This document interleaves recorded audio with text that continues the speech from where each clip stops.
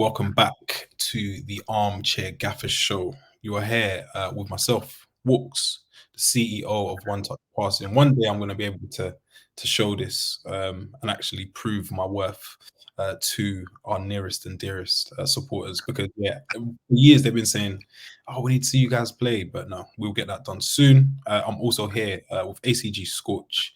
And your headline or moniker says "Round the Corner Scorcher." This isn't talking about where you are. What is this referring to, Scotch?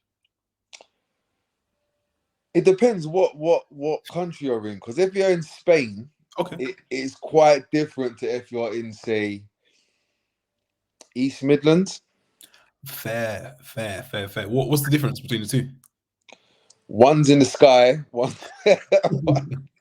I'm gonna one gets a bit snowy. I'm gonna guess that the East Midlands is the snowy one, but there's nothing wrong with it. We've seen players make careers and livings off this. Now 700 bags a week. Yeah. In Saudi Arabia, falling out with the different communities as we've seen in recent times. For those of you who have been here before, welcome back. For those of you that are new here, please make sure you like, share, subscribe. We're running the show in a little bit of a different format. We are working from home for now, but that doesn't change anything. We're a couple men late, but they will be back with us soon. My club, it's international break. I thought with United winning against Brentford last minute, I won't hear about this club for 2 weeks, 10 days. And yesterday, that wasn't to be the case, as this man here seems to have won the race.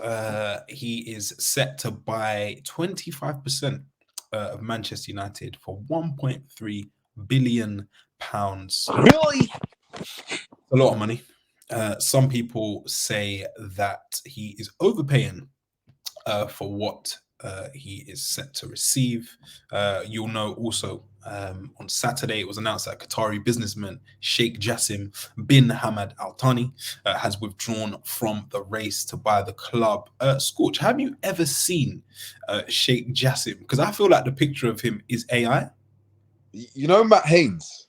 Yes, yeah. Similar. They got a similar. I feel like they AI'd him. They just like said, give me a shape. His dad was a different dad. Like yeah. They've just entered the criteria. Yeah, I feel like he doesn't exist. But yeah, he withdrew from the race, and it looks like Sir Jim is set to win. The bidding that has gone on for over a year now and dragged on and added to the United circus that we've all come to know and love. Scorch, what do you make of the winning bid from Jim Ratcliffe? Are you worried about Man United now? Will they fix the leaks in the roof at Old Trafford? Will they fix the tiles in the swimming pool at Carrington? Will they be able to compete with the big boys like they once did? What do you think of the news coming out of Man United? I don't really know. I'm not like a Man United specialist, but what I would say is I did kind of foresee this. Like I said, like a long time ago when there was initially like the like things kind of got to a head of Glazers out, like that become a thing, and then it was like, oh, like there's bids incoming, and I was like, the timing is like just so spot. Like if you was a Man U fan, this is exactly what you'd want to hear in this moment. And then a sheikh popped up just before the Qatar World Cup. A sheikh Qatar sovereign, what do they call it? A sovereign wealth fund. So similar to countries buying teams and whatnot, and that seems to be the in thing right now. So it was very on trend. And I thought, I did just think to myself, okay, so if I'm not a Man United fan, so I'm looking at it from, I don't know everything, I'm not up to speed, but just using normal logic, it sounds like the people that own the club don't really have a reason to sell the club. I didn't really get it. And I just thought, oh, given that Man U's such a huge club, this could just be a little bit of PR management. Like we're going to try our best to contain the situation. What we're really going to do is probably just try and get a bit of investment where we can to get some things that we need done and probably move on.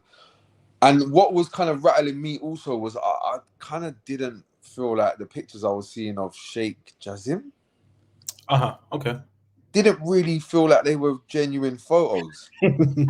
Felt a little bit like a bit of an EFIT kind of vibe to it.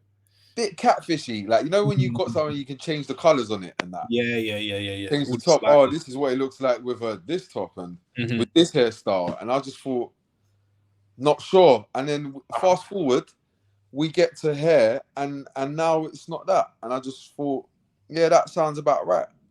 It's very like in keeping with the Glazers from my understanding. It's pretty much on trend with what the Glazers do. They kind of give you, it's like a deal with the devil almost, you know, like when the devil's like, oh yeah, like you can have 3 wishes, and it's like, oh yeah, I wish to have all the money in the world, and then he's like, okay, cool, and then he like crushes you with all the pound coins in the world or something crazy. Like, you know what I mean? It's like, this isn't how I envisaged it. Yeah.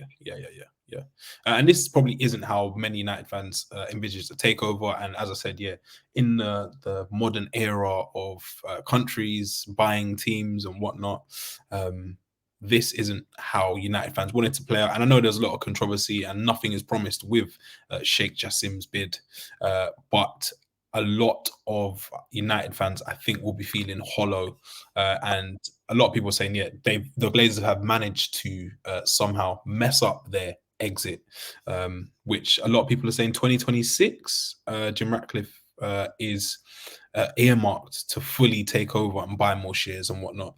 From your stance, don't you think that sounds, now when I hear 3 years, 2026, that to me just sounds like more of this. Like, that sounds like the new iteration of this, where we're gonna just slightly kick the can just slightly down the road, and so then we'll false hope. And I don't know, because like, we're talking about an exit, but at the minute the Glazers have got 50-something%. Sir Jim's got 25%, but like, none of this is factual, like in terms of like what's going to happen in 3 years' time. No, and that is, again, people are, I think, in part reporting. I think there's hope alongside that, because the majority of United fans, the vast majority, would like to see the Glazers gone in their entirety. So I think 25% is like, oh, we're slowly getting there, and this is similar to what I think Stan Kroenke did at Arsenal. It seems I keep hearing that a lot, like, oh, Arteta started out poorly and he had these stats, and Ten Hag similar, and oh, hopefully it can turn, and look at him, and now it's, oh, Kroenke took a percentage and he ended up getting kind of majority ownership and stuff like that. So there's a lot of hope. How do you see it, Walks? I think it leaves me feeling a tad empty, but that's not to say that the Qatar bid doesn't come with its own issues, and there's no promise. If you look at how PSG have done in terms of their massive target, and that's not winning League One every year or just about beating Lens to the title on the last day of the season. Look how they've done in the Champions League. Look at the makeup of the team and buying stars and what. And now they've had to revert to playing Parisian kids. I don't think that anything is promised with the Sheikh Jassim bid. I am willing to give Jim some time, because as we've seen, as is obvious, we don't know how he's set to run it. But I would say if both bids were on the table, and as I said, nothing's promised, I probably would have leaned more towards the Qatar bid as a plastic. But I will wait and see before I judge too much, because he's part of what is the Ineos group, and they own Nice. What do you make of his Nice work? Not amazing. But like, I've seen like elements of it where I'm like, okay, this is not too bad. But I think on the whole, from stuff I've read and heard, they aren't massively in love with the operation at the minute. But this is different kettle of fish, and hopefully, as I said, that word hope just keeps flying around. We see some tangible improvements in the footballing operation. Gary Neville went online today, and he kind of, you know him, always vocal. He was setting out what he kind of expects or demands from Jim, and he said, demands. yeah, he's saying there should be non-negotiables, and I'm just going to get those and share those now. Apologies for our listeners who are online, but you can jump on Gary Neville's page, and he shares that, all of his social media pages, and it is here for our viewing pleasure. He says the non-negotiables are a new sporting project, a new or redeveloped Old Trafford, a new training ground, full redevelopment of the surrounding land to create a Manchester United world, an amazing fan experience, pay off debt and stop taking dividends until the above is done. Asking for too much? Being slightly unreasonable there, aren't you, Gal? I think they are a bit vague. A new sporting project. What does that really mean? Yeah, Old Trafford is definitely. Is he calling for the gaffer to get the? I don't think he is. He's possibly talking about kind of the operational side and the scouting and director of football and all these guys that are in place, the Richard Arnolds and whatnot. They probably need moving on if United are to compete again. But when that happens, doesn't the gaffer tend to go? Occasionally, I think new DOF, new backroom stuff. Usually, when that happens, yeah, the gaffer changes. You've got the tinfoil hat on, and you're I'm trying to make sense of what he said when he says new sporting project. If he's leaning into the new scouting department and new medical team and new DOF, usually the new DOF get a new DOF and managers. They usually go hand in hand. Whether it's usually quite close to when once they've come in or they come in together, but usually the two things, what you don't really find, unless it's like a club in a really settled state that have got a way of doing things, usually you have new DOF, like for instance, I think it's possible, man. Like, so I think we've just got Monchi, is it right? Villa. Yeah, but he's come in because of new manager. Yeah, Monchi and his brethren. Cheeky at Man City and Pep. You've got Postecoglou and now this new guy Langa. You had before that. You had Paratici and Conte and Newt. Like it's a done thing. We'll see how it plays out, man. If there is a world where we can get a new DOF and keep Erik ten Hag, I am all for it. As usual, Gaffers, let us know your thoughts in the comments below. Is Jim Ratcliffe buying 25% of Man United a good thing? Or if you are one of Man United's... sorry, you've been enjoying this last 10 years of Man United's circus. Are you still laughing that they are struggling to move on? Can I say, yeah, I don't think, like, if it was down to you, you had a magic. How would you fix United? Let's keep it reasonable in a sense of like, you ain't got 600 million to spend on, and you can't just burn up. Like if you had to take a realistic approach, something that you think, given the facilities that are available, how would you go about it? I would definitely shake up how the organizational side of things are. I think, with people like Woodward in the past, and now you've got Richard Arnold and these guys who, for all the good they do, I think that there are probably better options out there. I think everything should be aligned. I think there's a lot of signs of miscommunications and people being on different pages, and things like the scouting of players. So yeah, you're bringing in a Sancho for 70 million, you're bringing in Anthony for 75, 80 million. Like these things probably shouldn't be happening for me. Well, the Sancho one, I understand, but yeah, the Anthony's. So I think the scouting. I think there needs to be an aligned Thinking. focus. Or because as it's at the minute, it's a bit slapdash, and I guess I understand that because it's been 5 or 6 different managers, and then you're signing players on 5-year, 6-year contracts. So there's leftovers there's legacy from previous managers, and again, stuff like that is like, are you recruiting similar managers? No. So what is the kind of goal, or what is the style that this team is going for? So yeah, I'd definitely shake that up. And just get more modern football people. I hate that term, but yeah, people who actually done this job before or are showing promise, not just like business people, which has been the case in the past, man, which is a shame. I can't lie, I feel the same. Like I feel like Man United are just a director of football away. I think that changes things, man. It definitely modernizes. It puts United into the modern world. Like, how can a team like this not have this key Man U are spending the money. Yeah, this is the bottom line: having the money, having the cash flow, spending the peas. Yeah, having the cash flow to create infrastructures that are going to be beneficial to the club. You're doing all the things. You're just doing it in some scattergun approach. Yeah, like like that. Like that. Like that's lit. Like, yeah. In reality, I feel like Man United are the right director of football away from.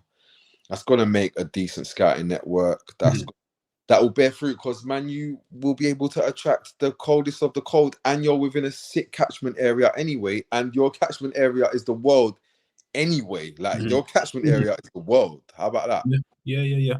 And I think there's things you can learn from the likes of the Brentfords. If I'm being honest, the Brightons. Yeah, we could just keep your entire joint. Like we could just we could just buy your joint, like your whole joint. I've seen Chelsea tried that. Yes, still. But yeah, no, like just I feel like, and when I say the right director of football, I don't mean just like somebody with a popping track record or name. I just mean somebody that's the right fit for the kind of things you're looking for. Like somebody that has an appreciation of British talent, not even local talent, like British talent.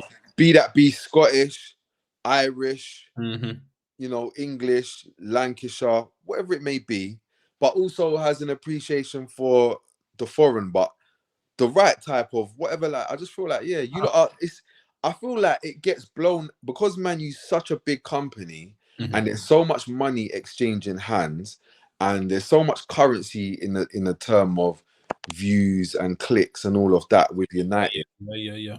You just end up with this melting pot of madness when really, if we zoom all the way back out, because let's have it right, Man, you have won under the Glazers.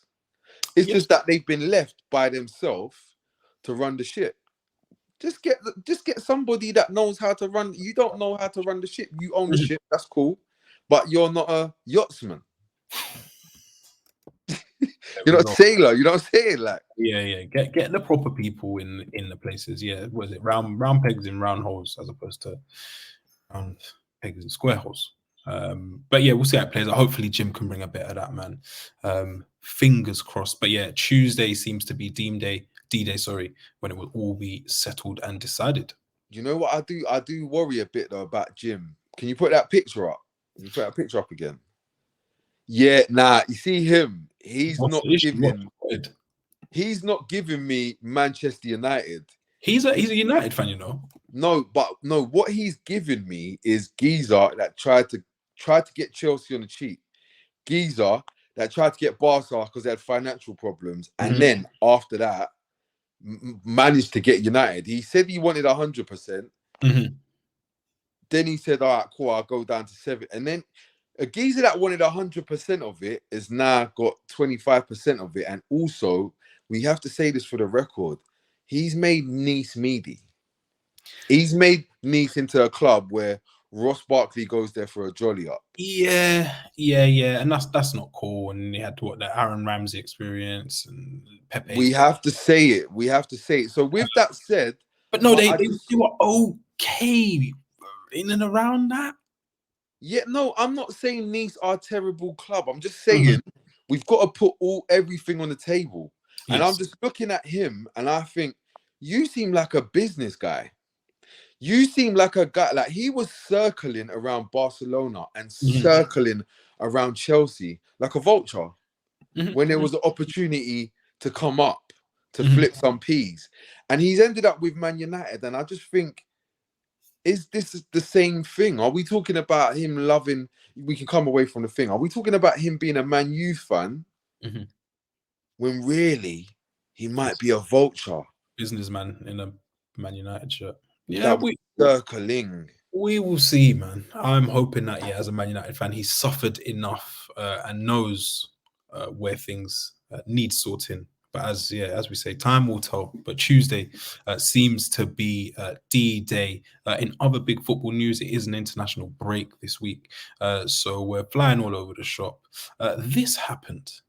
Eden Hazard retired from football at the age of 32, the grand old age of 32. Scorch, I know over the years you've had your opinions and you've shared them on numerous occasions. What did you make of Eden Hazard and what is his legacy as a footballer? For me, Eden Hazard is a Prem legend. Yeah, straight at the bat. No, no doubt about that. Yeah, like he would fall for me into the bracket of artist. Okay. Like he's not. I wouldn't go as far as putting him as like a Prem dominator, because I don't know how many Prems did he win. 2. I think it was 2. Yeah. Yeah. So like, I'd put him as a Prem artist. You can have Prem legend because he was an absolute entertainer. Yes. He's sort of in the Dennis Bergkamp zone. Not quite. I wouldn't put him quite there myself, but he's in. For me, that's the kind of bracket I've got him in. Like me, I don't have Bergkamp, even though like Bergkamp, Henri speaks really highly of him. Yeah. Different tier for me. Yeah, in terms of football, like the whole joint. But yeah, I got him as a Prem. Like this is the most annoying thing about Hazard is that like you can pick apart his resume. Yeah, and you can say, oh, like he didn't do this and he didn't turn up here and he took this season off but guess what though? Doesn't matter when he's coming to play your team, because what he's gonna do is dribble through your whole team and Coquelin is gonna ricochet off of him. Speaking of retirement, that was almost a premature retirement. Coquelin did manage to get it together at Villarreal, I think it was. Was it Valencia? Post Valencia, yeah. Which is good. Glad he made it back. But yeah, that was meme-worthy stuff. And yeah, when we say entertainer, we don't really, in this current world of systems and circuits and positional play, all this stuff, we don't really have time for the entertainers anymore. No, but this is the thing though, Waltz, and I'm not on that level today. No, I'm not a Hazard fan, but that's what I'm saying. This is the thing. Hazard was more than an entertainer. Okay. He was in the small bracket of man, tiny bracket of man, that the system and the tactics today are, in the modern day, are get the ball to Hazard. I watched Conte win the league with the second half of the league, yeah. So once he got enough points in the tank and he had the defense patterned, got this thing patterned, yeah. He switched the tactics to get the ball to Hazard, just straight get the ball to Hazard, just Europa. He was that Europa final. That was like that's the last bit of magic we probably saw from him, which is a shame. But yeah, what a night that was! Wow. What about you? How do you? I understood at times why some people would be like, oh, not a Prem legend and take seasons off and all this stuff. But for me, in recent times, he is probably he's majestic. Has those seasons where he's actually dragged Chelsea, and I think the taking seasons off thing is a little bit harsh. I think he was joined by his teammates as well in doing so. I don't think it was just Hazard took the season off. I remember them finishing, was it 10th in that in one of the Mourinho years. But no, for me, Hazard, unbelievable. I think at one of the World Cups, was it the France one? Was it 2018? Possibly. I think he was probably one of the best players at that tournament, even though Belgium didn't go on to win it, the golden generation. But no, for me, Hazard mustard. I will have to mention, unfortunately, the Real Madrid move. Now, people say the Real Madrid move as if it was a small portion. No. It's actually 4 entire seasons in the prime of his life. After the big money move that he'd been kind of looking for and maybe put off, and went for ridiculous money. I would possibly call it the biggest flop of all time. Yeah, 130 million, 76 appearances, and I think it was 7 goals as well, which is a little. My brother, this is the problem for me with Hazard. I'm happy for him to be viewed as a Prem legend, artist, all of that. But it's when we start to go outside of there, because like when we start to compare him with other people, like for instance, like I'm sure people would take offense to you comparing him with Antoine Griezmann, who's had a dip in his career, had a big move, but had a dip and sorted it out. Yeah, he's leveled back out now. Yeah, I think sorted it out. About him, kicked on. He hasn't missed a game for France since 2017 or something. Like, he plays every single yeah. So, and he might not be your style. It might not be the same style, but it's about effectiveness and like impacting games and And I feel like we've got to kind of talk about the facts, which are he's got 10 goals in the Champions League. This is a hold on, my brother. Hold on. He's been at Real Madrid since 2018. What's the biggest game when you play for Real Madrid? It is El Clasico. How many minutes does he have in El Clasico? How many games does he have in El Clasico? How many winners does he have in El? Has he had any impact? El Clasico? I feel like it might be 1 to 2 appearances, but yeah, it's 0. It's 0. It's not 0. Even a subby. Well, yeah, that's tough. Yeah, I knew how he. Don't quote me, but I'm. Yeah, it's close to it, but yeah, 0 impact. And yeah, I think if he had been impacting, affecting, playing a part in those games, we would have more than this that we're talking about now. Where we're like, oh, is it 1, 2 games? Is it 0? Yeah, it's a stinker of a move, man. But the injuries, man. The injuries. But when we say move, we're talking about a 28-year-old for 4 years. It's not a move. It's not it's a significant portion of his career. Yeah. 16. He played for 16 years, 700 appearances. So yeah, he's taken a quarter of his career was hampered by that ankle injury, man. That was sad. I remember. I'm not gonna. But yeah, like it's a significant portion of his career, the prime of his career, the prime of his football career. I think like that kind of levels him down a bit. You got the golden generation of Belgium. We've seen them internationally. I think that Belgium are harshly judged, like consistently. I don't understand why. They fall short. So many teams fall short.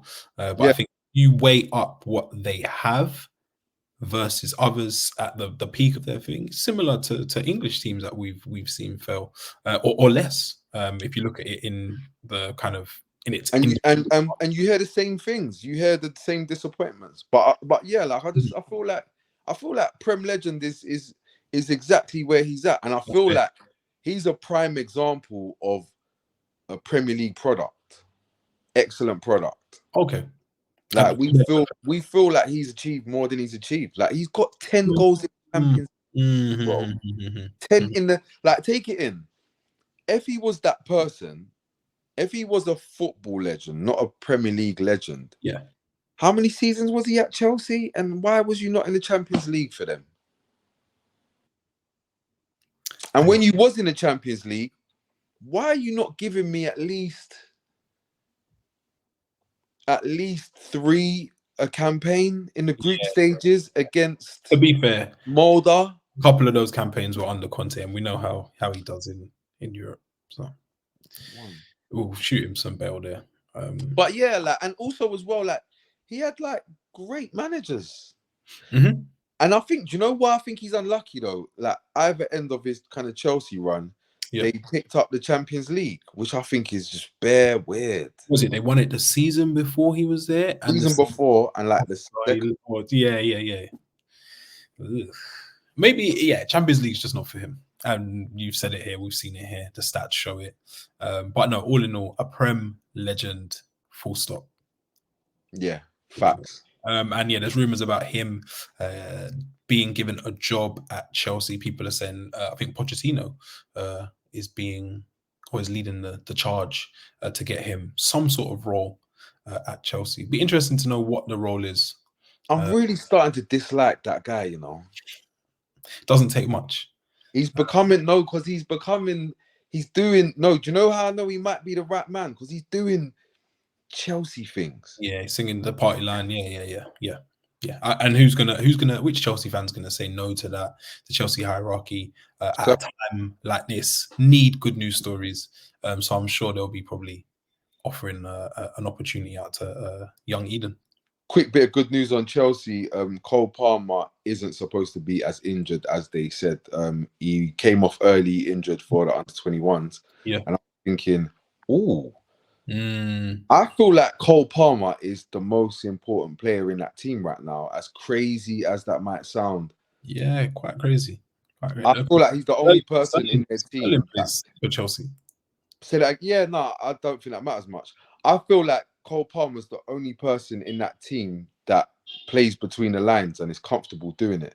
Like all of the rest of them are like dribblers or like doers, but he's like a nuanced guy that is like he's in between the lines. Like I feel like Enzo Fernandez is a pass completer. You know what I'm saying? A pass completer, or was it still no assists or something like that? Yeah, but you know, and then you've got all the rest of them are dribblers and shooters and dribblers. Like, but he's like a you didn't clock he was there, and he's kind of he's finessed it from there. Yeah. On the half turn. Yeah. It comes from good schooling as well, to be fair. But no, good news for Chelsea fans. And yeah, hopefully there's a space for Eden Hazard back at the Bridge. Speaking of people who have made big moves to Real Madrid, this man continues referred to as the truth. Paul Scholes had some high praise, for Bellingham this week. He says and believes that we haven't seen anything quite like Bellingham. What do you think about that, Scorch? Have you seen anything like Bellingham in the past? Yeah, Scholes says Jude Bellingham is better than anything we've seen. I feel like I'm seeing the Black Gerrard, if I'm honest with you. Okay, interesting. I feel like I'm seeing the Black Gerrard, but what it is he's the boy that left home, man. He went outside, like he trips. Yeah. He took risks, man. Like there's that thing with risks, like you're either gonna come up or pop down, and come all the way up. He's that English player. He is the Rooney that left Man United, the Lampard that left Chelsea, the Gerrard that left Liverpool. He's that guy. Except he went and made his name out there instead. But in terms of that player, like if he was here, he'd be that player in a club. Like we all laughed when they retired his number at Birmingham. Yeah, we all said, "Oh, right, that's a bit like, right, that's a bit mental." But then you fast forward a little bit and you look at what he's been keeping up with, and you start to think maybe he was doing some stuff and we weren't really seeing, and that's why they retired his. The reason there's a few different reasons as to why they retired his jersey. Some so good, but yes, effectively, they during COVID, him and his family decided they could have gone a year earlier, and Birmingham would have got less money, but I think they would have got more. But they said no, we're not going to do it. We're going to stay. So Birmingham get more money. They've been so instrumental in him and his brother's development that we're going to stay another year. You're going to get more money. Just loads of different reasons as to why. They're just like very screwed on, switched on family. And I think it is exemplified in Bellingham as it stands. I'm starting to see kind of little bits and pieces of the motion or movement to just like shake him up a bit. He was linked with, I think he was rumored to have told Greenwood to go to La Liga. So they're already trying to bring that young boy down. But no, he goes from strength to strength. And I think the way he kind of carries himself. Hold on, he was what? Like, yeah. Supposedly. Right. And that was, it was batted away from what I've heard. But no, he is unbelievable. And yeah, when I think about English stars like this, midfielders, it's probably been a while since we've like been this excited. And it's just the gradual journey. It's the Birmingham, could have gone to United, didn't do it, went on the tour. They rolled Fergie out and the family said, sorry, no, it's not for us at the minute.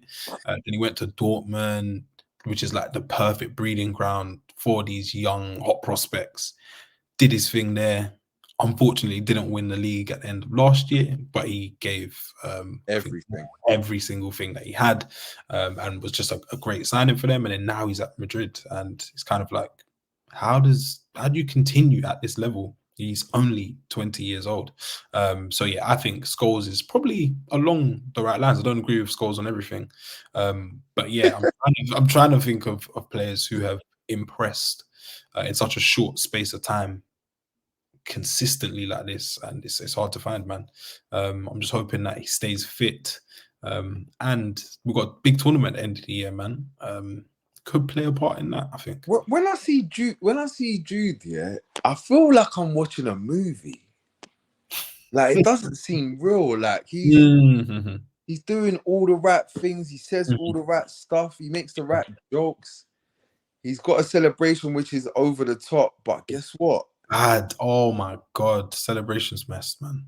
But if you're doing this, then it's not over the top. It's no. It's warranted, which is a bit scary. Yeah. He might be underplaying it. Yeah. That's a bit, and then like there's the Dan link. Like you've been given the test, the cruise test. Like, let me just check your pulse, young boy. Like, I get like, bro. You've passed the cruise test. Also, you've got the Spanish Dons who've seen another person of not Spanish ethnicity coming into the great Real Madrid. Bred in you. This is and then you go away for international duty. And you carry the attack against Scotland in a game that matters, like in a friendly that matters, though. It's like it's all, bro. It seems like if it was a movie, you'd be like, "Nah, you have to take that bit out because it's unrealistic." Yeah. Like when he doesn't score for a game, he scores a brace, covering himself. What is going like? For me, that stood out is the Champions League one against Napoli away, and he's kind of just skipping past players, but he looks like a giant amongst men. People are bouncing off of him. Finished, keepers rooted. It's just like everything is going well in that Goldilocks zone, and yeah, long may it continue for him, man. Very, very happy for the. Are we ready to like? I feel like he doesn't. I feel like there's an that, or even if it's not now, I feel like there's going to be an appetite for him to win the Ballon d'Or. Because at the minute, as it stands right now, who else you got with him up there? Who? I don't see anyone. Like, I know you're supposed to say Haaland and Mbappe, but as it stands right now today, that's not the current situation. It's Haaland's got less goals than him. Yeah, Bellingham's 10 in 10. As a person that only offers goals. Yeah. So it's going to be an interesting one. And I think, if things continue as they have been, I think he's got that wrapped up, man. Which is mental. Very, very crazy. Good news closer to home for you. These two have been crowned Premier League Manager of the Month and Player of the Season for 2 months in a row. How happy are you with things down at the Spurs Lane, Tottenham Hotspur Stadium, still not named? How happy are you with the way things are going at the minute? It's nice, man. It's nice.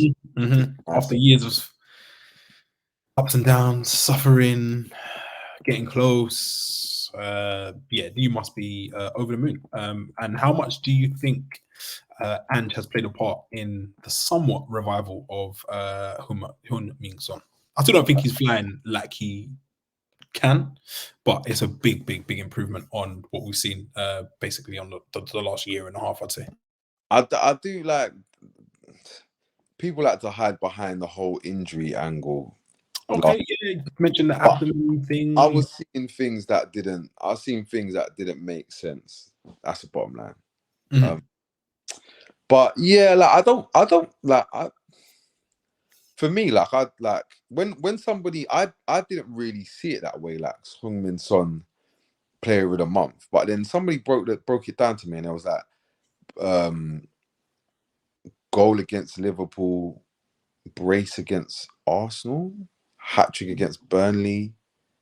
I was like, yeah, all right, yeah, I guess. Numbers, as Larry June says, yeah. So, but I can't. It was something like that anyway. And but yeah, for me, like it's like I've said for years, like years and years and years, that Son, when Kane comes out of the team, Son just does this. Yeah. It's like, I remember Kane was out for a while. I think it would have been when Kane, was in Florida at Disneyland. The mud.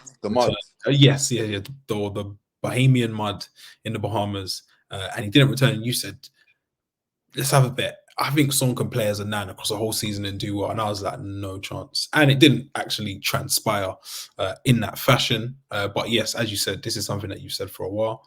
And yeah, he's playing in that more kind of advanced role, not as wide as he previously has. And it seems to be working at the minute, man. Do you know what I think? I think like when you kind of trim down his game to like, all right, cool. What have you got left? Like you're not the same as you once was, and that's cool. Yeah, he's not young as such. Yeah, but I'll tell you what he does have. He's deadly. He's definitely deadly. But do you know what he's got that I didn't really notice that he had? Because I don't think he spent enough time playing as a number 9. He's got like good kind of striker move. I feel like almost he learned a bit from Kane. Okay. Even though they bust together, I feel like he understands striker. Like he may be they're on the same sort of wave. They've got a legendary partnership. So yeah, I'd imagine that they're in tune and know each other's game. But it's like, even though he wasn't playing that side of the game before, I feel like he might understand it. Because when you look at that goal, I think the one against Arsenal, like the gap he's working with and the space he's that's number 9. That's real. That's real Inzaghi behavior. Yeah. It's Oli Giroud that is prime in his pomp. Who's now a goalkeeper, by the way. I don't know if you saw that. Yes. And did you see they put his shirt up? Put him on the website and all sorts. Yeah. Good stuff. Good social media currency stuff. I don't know if you saw this, Scorch. And he is the captain of culture, I think at the minute at Spurs, is James Maddison. He was asked what his post-match meal was, and he says, "I'll have a big chippy. That's my recharge meal. I love a big chippy. Fish, chips, sausage, curry sauce, covered in salt and vinegar. My mouth is watering a little bit at the thought of it. Sorry to the Spurs nutritionists." How much of a lad is James Maddison, and when do you want him to turn it down a bit, or shall this continue? Do you know what? Remember, I wasn't feeling him. Mm-hmm. I weren't feeling him, man. I was like, because he just, bro, you're doing this PR thing, chatting nonsense about, oh yeah, the number 23 or whatever it is, Ericsson. I don't even know the number or whatever. And I'll be honest with you, he's won me over because you know what? I genuinely can see it and believe he just wants to play football. Like, and you know what? For me, that's the more main thing. I've had enemies of progress like Højbjerg, like absolute moving dustbins, yeah, like Højbjerg, just trashing the place up. And man trying to tell me he's decent. He's not decent. He's not decent. He's hovering around average, and from time to time will play okay. And in playing okay, he will do some good things. Yeah. But James Maddison, don't get me wrong, and this is the other thing. I don't think like he's like the finished article. Or... No, I think he exists somewhere between Ericsson and Van der Vaart. Okay. And neither of those two players are the complete number 10, really. Like they've both got their limits. And I think he exists somewhere between there. And you know what? I like it. And the thing this is the thing. Like he came and said he wants to come here and play well and create. That's what he said. He said he wants to score goals, but his main thing he was leaning into was bringing a creativity. And you know what? When you turn up with assists in the games that you've turned up, I'm with it. Like you ain't got to play sick. You can be a moments guy. I'm with that. And the vibe that you seem to be carrying throughout the team, I'm with it, man. Like I don't really need him as my captain. I don't really need that, but I think he might have won me over, man. I tell you one thing that's making sense. It's very rare. That's very rare to hear for Gaffers. Yeah, it's very rare that you change Scorcher's mind once he's set. He seems like the right man for the 10. Wearing the 10 at the lane. Can carry it. Yeah, man. Yeah, and ESR still has the 10 at Arsenal. I remember when you expressed bafflement as to how that happened, and yeah, again, a prophet seems to have been proven right there. Who saw this coming? Wayne Rooney, Birmingham City manager, club in the Midlands.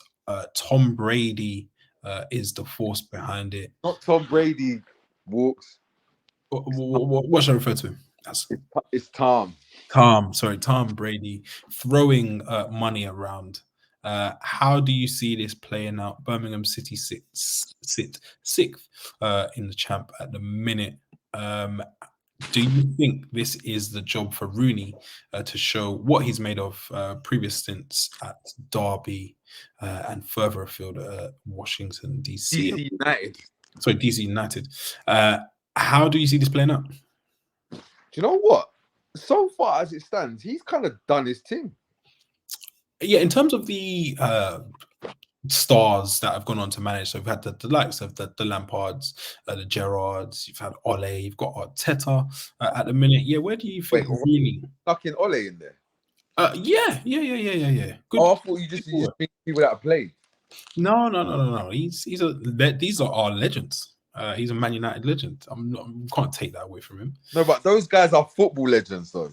He's like is he a cult legend? Yeah. Folklore. Arteta kind of drink. Oh no! If Arteta's in there, then Ole can definitely stay. How do you see Rooney's time at Birmingham City playing out? Do you think it's a good move for Birmingham City? Do you think it's a good move for him?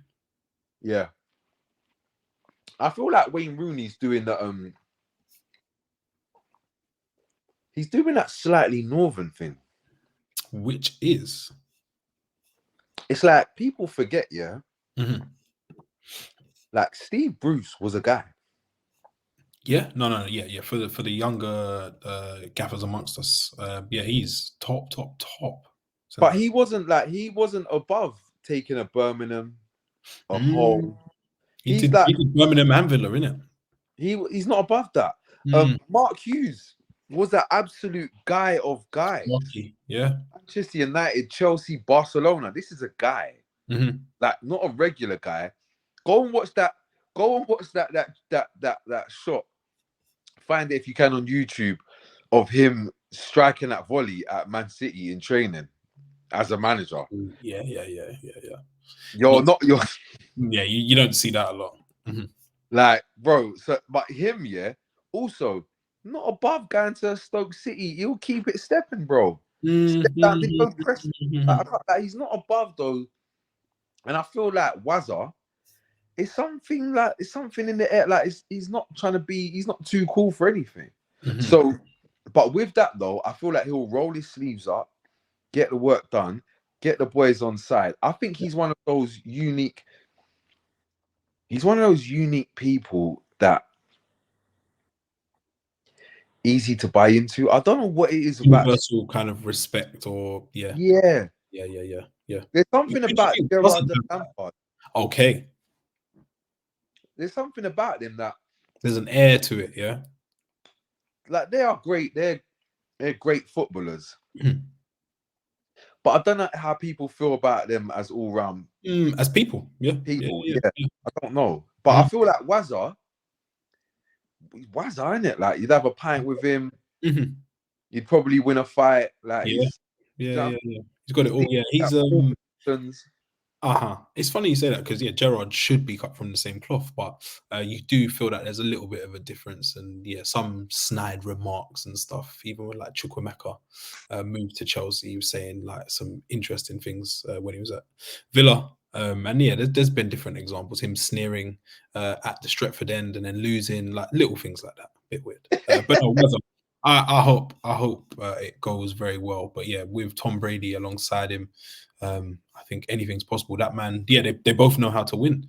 So I'll be keeping an eye on that. And who knows, Scorch, where he could end up next. I'm going to say it. I'm going to predict it. You heard it here first.